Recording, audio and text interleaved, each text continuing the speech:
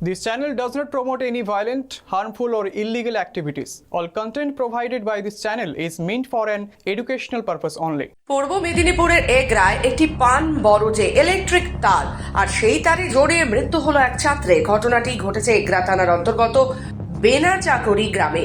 এই ছাত্রের মৃত্যুতে গোটা এলাকায় চাঞ্চল্য সৃষ্টি হয়েছে। স্থানীয় প্রতিবেশীরা জানান, বেনাচাকরি গ্রামে নিরঞ্জন দাসের এক পানের বরজ আছে। সেই বরজের চতুর্দিকে সরু জিআই তার দিয়ে ইলেকট্রিক করে রেখেছে, যাতে কেউ না আসতে পারে। কিন্তু ওই গ্রামের এক ছাত্র সন্তোষ দাস, বয়স তার 17, জেরথান গয়া প্রসাদ বিদ্যাপীঠের ক্লাস 11-এর পড়তো সে। ছেলেটি তার জমির বাদাম ক্ষেত থেকে হনুমান তাড়িয়ে নিয়ে যাচ্ছিল ওই অভিশপ্ত পান বরজের পাশ দিয়ে। কিন্তু ছাত্রটির পায়ে এবং হাতে পান বরজের অবৈধ ইলেকট্রিক তার তখনই জড়িয়ে যায়। বিকট শব্দ হয়, ধোঁয়া বের হতে থাকে।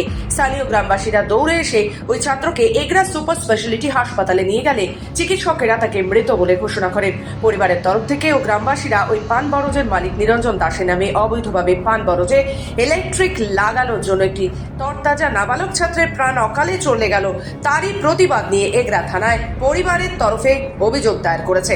কিন্তু এগরা সুপার হাসপাতালে আজ যখন মৃত ছাত্রের জেঠু বেনি মাধব দাস ও প্রতিবেশী রতন রাউল, রঞ্জিত দাস ও সনাতন দাস অভিযোগ করে, তারা যখন হাসপাতালে মৃতদেহ আনতে যান, তারা দেখেন ছাত্রের মৃতদেহ পচে রক্ত গন্ধ বেরোচ্ছে।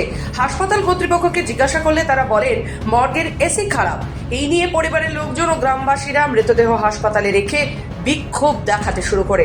ঘটনাস্থলে পৌঁছয় বিশাল পুলিশ বাহিনী। পরিবারের লোকজন ও গ্রামবাসীদের কোনো রকমে বুঝিয়ে আশ্বস্ত করে তারা। অপরদিকে এগরা হাসপাতালের সুপার সমীর আচারিয়া জানায়, ঘটনার বিষয়টি পরিবারের লোকজন অভিযোগ করেছেন। আমরা বিষয়টি দেখে কি কারণে মর্গের এসি বন্ধ ছিল তা অবিলম্বে জেনে ব্যবস্থা নেওয়া চেষ্টা করছি। অপরদিকে এগরা থানার আইসি অরুণ খান জানান, অভিযোগের ভিত্তিতে তদন্ত শুরু হয়েছে। দুপুর 2টো নাগাদ বেনাচাকরি গ্রামে সন্তোষ দাস, বাবা মনতোষ দাস, ছেলেটা জেরথান গয়াপ্রসাদ বিদ্যাপীঠে ক্লাস 11-এ পড়তো, বয়স 17+। তো ছেলেটি কালকে বানর তাড়াতে গিয়ে মাঠে, সেই মাঠে একজনের বরজ আছে, ওনার নাম হচ্ছে নিরঞ্জন দাস। তো উনি ওনার গোটা বরজে কারেন্টের তার লাগিয়ে রাখেন এবং সেই তারে বাচ্চাটি তার গায়ে হয়, বিদ্যুৎপৃষ্ট হয়। বিদ্যুৎপৃষ্ট হওয়ার পরে আমরা পাড়ার লোক সবাই তাকে নিয়ে যথারীতি এগরা সুপার স্পেশালিটি হসপিটালে নিয়ে যাই।